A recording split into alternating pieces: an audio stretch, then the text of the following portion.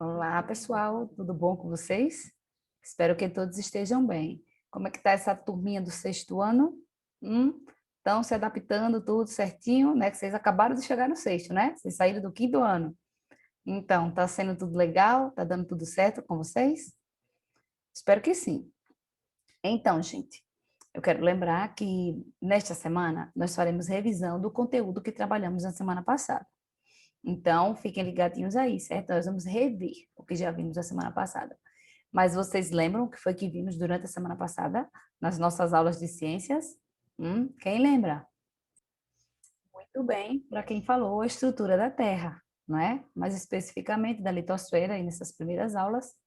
Mas, gente, vocês vão abrir o livro aí, da página 12 a 22, ok? Mas vocês já tinham imaginado o que existe no interior do nosso planeta? E aquela fala de alguém que diz assim: ah, se cavar um buraco na terra, bem profundo, vou sair lá no Japão. De onde veio essa história? Já pararam para pensar nisso? E aquele calor que tem lá no fundo, né? E quanto mais se cava, mais fica quente. De onde vem isso aí? Hã? Bom, aqui fora a gente já sabe o que tem na Terra, não é? Porque todos nós enxergamos, né? Nós encontramos água, né? As águas dos oceanos. O continente, né, sólido, a parte sólida da Terra, é onde a gente vive, onde vivem as plantas, né, onde estão os seres vivos, que a gente conhece. Ao redor da Terra, nós temos uma camada de gases, né, que é chamada de atmosfera. Mas e lá no interior? O que é que tem lá no interior? Será que alguém já esteve lá? Será que é possível descobrir sem ir lá? É possível saber? É possível deduzir o que tem no interior do nosso planeta? Como será que é por lá? Na aula passada nós já vimos, não é? Então, nós vamos dar continuidade. Então, no nosso livro aí, já na página 13, não é? A estrutura da Terra. Então, o que foi que nós vimos? Que o formato da Terra é esférico, que embora ela tenha um leve achatamento, né, nos polos, polo norte e polo sul, mas o formato dela é esférico, não é? Inclusive, nós temos até as medidas de diâmetro. Olha aqui. Muito bem. Nós vimos também que o interior da Terra ele pode ser dividido em três partes. Lembram quais são as três partes? Vamos lá. A camada externa é chamada de crosta. Olha aí, a camada externa, que é a de fora. Abaixo da crosta, o que é que aparece? O manto. Está definido bem por essa cor alaranjada. Vocês vão perceber claramente. O manto, que ele pode ser chamado de manto superior e manto inferior. A parte de cima, não é? Chamada de manto superior. E a parte de baixo, manto inferior. E no centro, abaixo do manto, vem o núcleo. Olha aí o núcleo, também dividido em duas partes, núcleo interno, que é o mais central, e o núcleo externo, né, que fica ao redor do núcleo interno. Teve uma atividade que, inclusive, era para vocês montarem esse esquema no caderno, não foi? Deu certo? Montaram direitinho? Ficou legal? Espero que sim.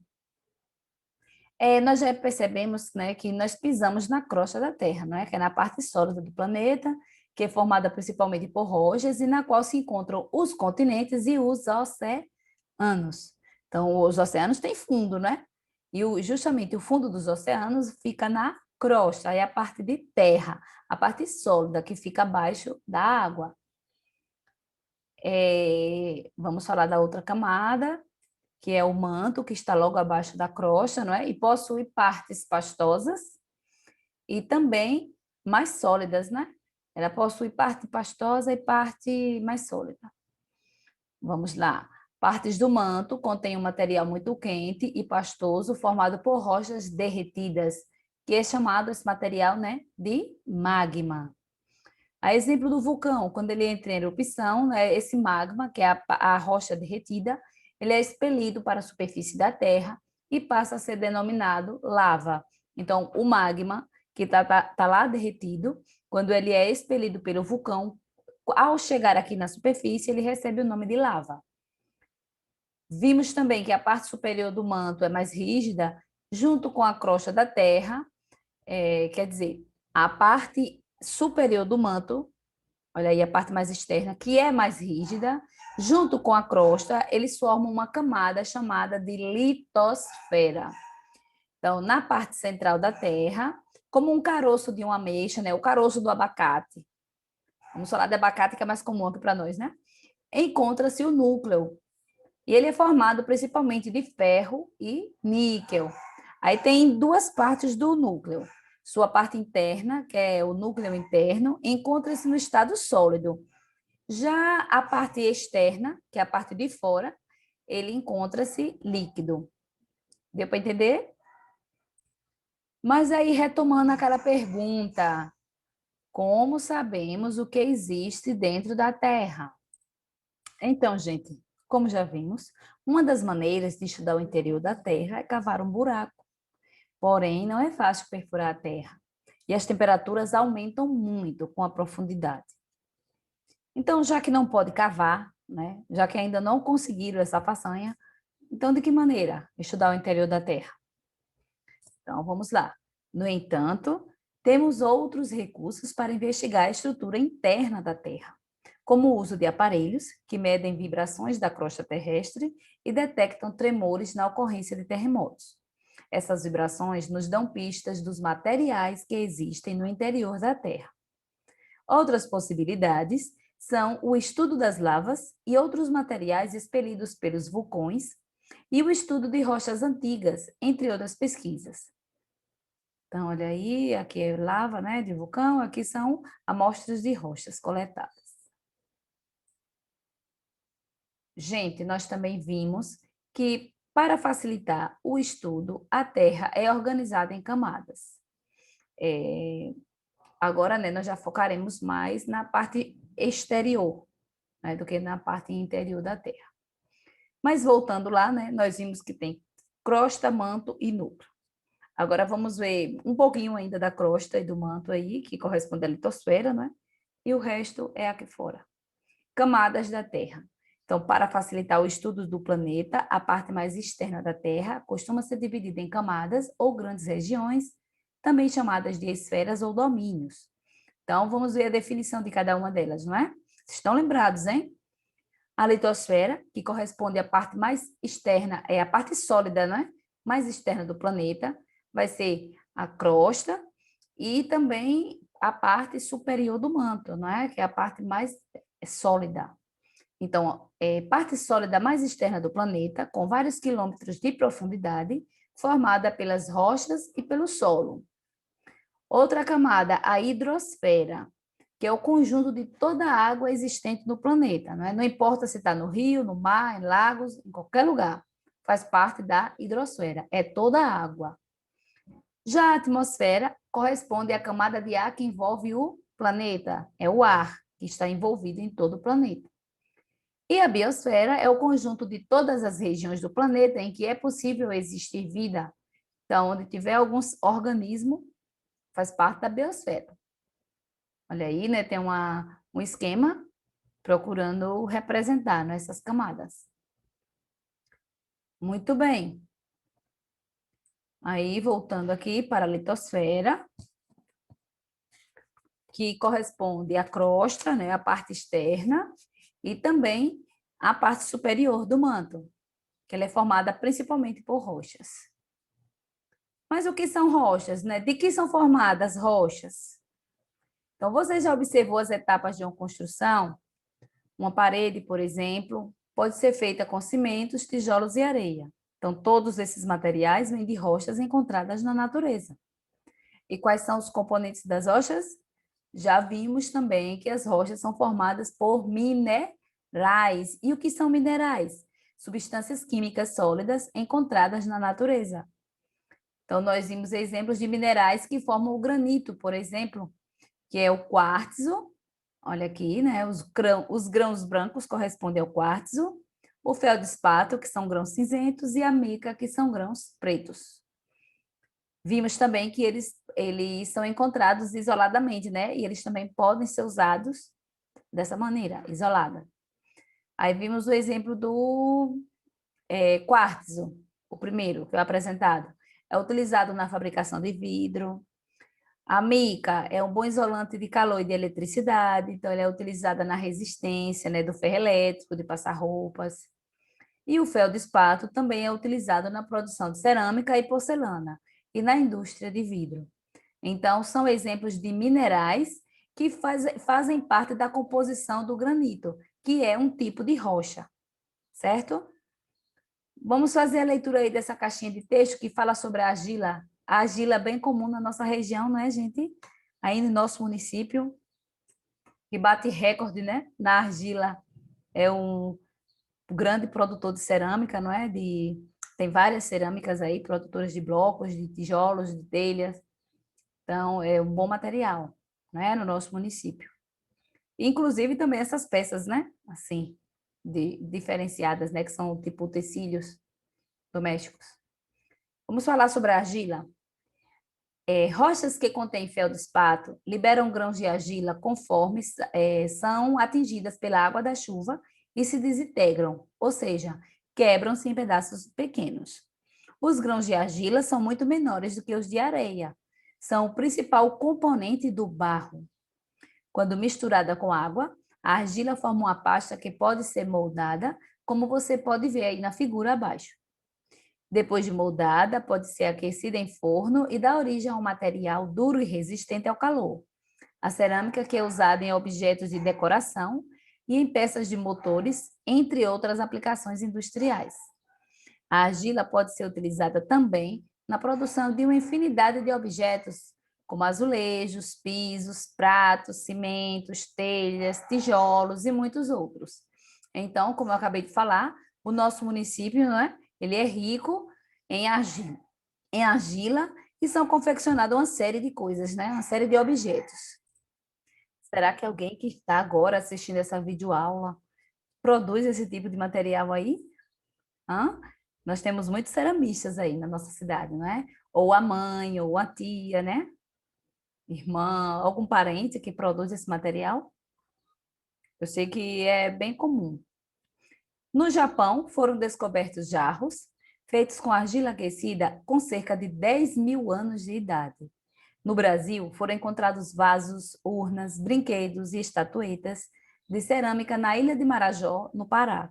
Estima-se que essas peças bem elaboradas tenham sido produzidas por comunidades indígenas entre 400 depois de Cristo, não é? E 1400 depois de Cristo. Um dos mais antigos sistemas de escrita do mundo consistia em anotações de placas de argila. Por volta de 4000 a.C., os sumérios, que é o povo que vivia em regiões do atual Oriente Médio, usavam bambu para escrever na argila úmida, que depois era seca ao sol. Vamos lá. Vamos falar agora, gente, sobre as rochas. Nós já vimos que existem 3 tipos de rochas.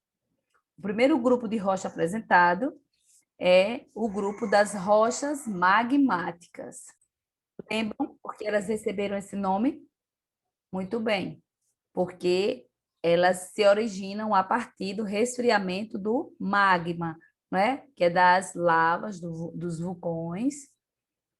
Por isso ela recebe esse nome, rocha magmática. Ou também elas podem receber o nome de ígnea, que vai estar se tratando da mesma rocha. Rochas magmáticas ou ígneas podem se formar quando a lava se esfria, né, e fica sólida, assim como podem se originar dentro da crosta, a partir do magma. Lembra que nós vimos que a camada superior do magma, ela é sólida, a parte inferior é pastosa e a parte superior, ela é sólida. Então, a rocha magmática pode ser formada ali também.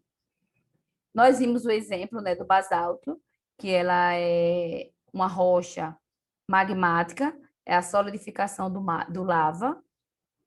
Olha aqui. E também falamos do granito, olha aí, que ele também é um exemplo de rocha magmática, certo? A diferença é possível ver os minerais que compõem. O basalto não. O basalto é toda lisa. E essa daí, o granito, dá para ver as cores variadas. Então, o basalto ele se formou ainda dentro da terra, ainda lá abaixo, né, da crosta. enquanto o granito, né, ao contrário, foi com o resfriamento da lava. Vamos lá. As estátuas gigantes da Ilha de Páscoa. Na Ilha de Páscoa, localizada a 3,7 mil quilômetros da costa do Chile, estão os moais, que são esculturas gigantes de basalto construídas entre os anos de 1250 e 1500. São cerca de 900 esculturas, de 4 até 10 metros de altura. Acredita-se que foram esculpidas pela sociedade conhecida como Rapa Nui, que habitou a ilha por volta do ano de 1100. Gente, vocês podem fazer uma pesquisinha aí na internet sobre essas estátuas, né, os moais, que vocês vão gostar do que vocês vão ver. Há 35 anos, um grupo de arqueólogos profissionais que estudam sociedades humanas antigas, né, eles pesquisam nessa ilha para descobrir como vivia esse povo e como ele desapareceu e como essas estátuas foram construídas. Então, por meio de escavações, foram descobertas muitas ferramentas, feitas também de basalto e que foram utilizadas nos moais.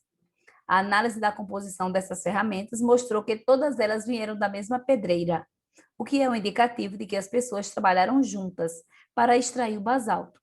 Isso poderia sugerir, por exemplo, uma cooperação entre elas na construção dos moais. Esse é um exemplo de como a pesquisa de rochas pode fornecer dados de sociedades que não existem mais.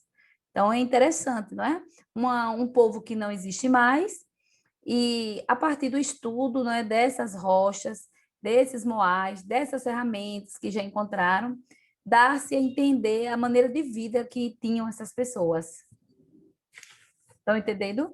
Primeiro tipo de rocha que nós acabamos de falar, rochas magmáticas, agora vem as rochas sedimentares. Gente, a chuva, o vento, água dos rios, ondas do mar, variações de temperaturas, seres vivos, todos esses fatores desgastam as rochas. Então, vamos dar um exemplo. Tem uma rocha magmática lá. Todos esses fatores desgastam essa rocha magmática. E aí ela vai soltando pequenos grãos. Pequenos grãos vão sendo soltos, liberados. Com o passar do tempo, esses grãos vão se acumulando em algum lugar. Né? Então, geralmente, os ventos e a água da chuva transportam os pequenos grãos minerais, também chamados de sedimento, até fundo de rios, lagos e oceanos. Então, esses sedimentos que foram soltos, né, que foram liberados da rocha, de uma primeira rocha, eles vão se acumulando com o tempo e vão formar uma nova rocha. Então, eles vão formando camadas. Esses grãos vão se acumulando, formando camadas. Ao peso das camadas de cima, comprimem, né? Comprimem as camadas de baixo e vão ficando cada vez mais compactas, né? Elas vão endurecendo, elas vão se formando. Nessa imagem, a gente percebe, olha aí, as camadas, bem bonito, não é? Essa rocha cheia de camadinhas aí. Então, além disso, a água vai transformando também os minerais, fazendo com que fiquem grudados, né? Ou cimentados uns aos outros. Então, assim é formada, ao longo de milhares ou milhões de anos, uma rocha sedimentar. Então, a rocha magmática é formada pela solidificação do magma. Já a rocha sedimentar é formada pelo acúmulo, né, de sedimentos, de grãos, de outra rocha.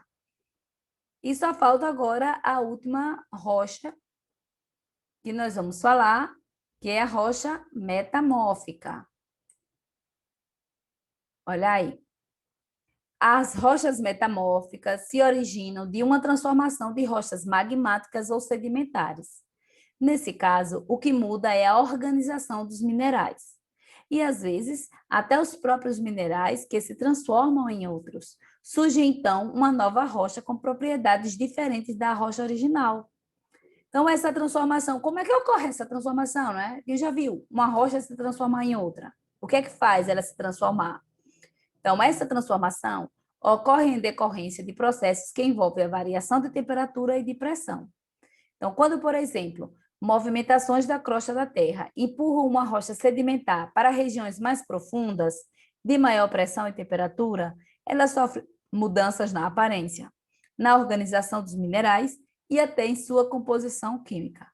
Então, é dessa maneira, não é, que elas se transformam. Então, além da temperatura e da pressão, os fluidos, que são água, gás carbônico, gás oxigênio, Eles também exercem um papel importante na formação das rochas metamórficas, ao facilitar as reações e transformações dos minerais. Então, gente, voltando, magmática se origina a partir da solidificação do magma. Sedimentar é a partir do acúmulo, né, dos grãos dos sedimentos de outras rochas, né, que é causado pelo tempo, né, pelos animais, pela chuva, variação de temperatura, tudo isso faz com que a rocha se desgaste e libere grãos. Esses grãos, com o tempo, vão se acumulando, né, vão formando camadas, vão se compactando e formando a rocha sedimentar. E a última agora, que é a metamórfica, que é formada também a partir da ação de água, dos gases, né, de temperatura, de pressão, só que fazem com que elas se transformem, né, reorganizando os minerais ou também mudando a sua aparência e também a composição química. Então, são os 3 tipos de rochas estudados. Entenderam, gente? Agora, nós vamos seguir para a nossa atividade. Então, nós temos da questão 5 até a questão 8 para a gente responder. E conforme, né, eu informei na aula anterior, né, da semana passada, nós responderemos metade das questões com vocês, e a outra parte vocês responderão sozinhos e tirarão dúvidas com o professor da turma, tá certo? Então, vamos começar na questão 5. Vamos lá. Explique por que existem grãos de várias cores em um pedaço de granito. O que é que vocês acham? De onde vêm esses grãos de várias cores? Quem lembra o que foi que nós vimos? O granito é formado por 3 tipos de minerais e cada um tem uma cor específica. Então, por que existem vários grãos de várias cores? Porque são vários minerais, certo? Então, podem responder aí no caderninho de vocês, ó. O granito, ele pode ter várias cores, porque é formado por grãos de 3 tipos de minerais. Quais são eles? O quartzo, o feldespato e a mica. Então, eles apresentam cores diferentes. Muito bem, aí vamos à questão 6. Você conheceu um tipo de rocha que é formado pelo resfriamento e pela solidificação do magma. E aprendeu também que essas rochas podem se quebrar em pequenos fragmentos, né, que são pedaços, que se acumulam em camadas de sedimentos e acabam se transformando, por compressão, em outro tipo de rocha. Você viu também que os 2 tipos de rocha descritos acima, sob a ação de pressão elevada e altas temperaturas, podem se transformar em um terceiro tipo de rocha. Mas, se esse terceiro tipo de rocha derreter no interior do planeta, pode se tornar o primeiro tipo de rocha descrito acima. Vamos lá. O primeiro, né? É formado pelo resfriamento e solidificação. É a magmática.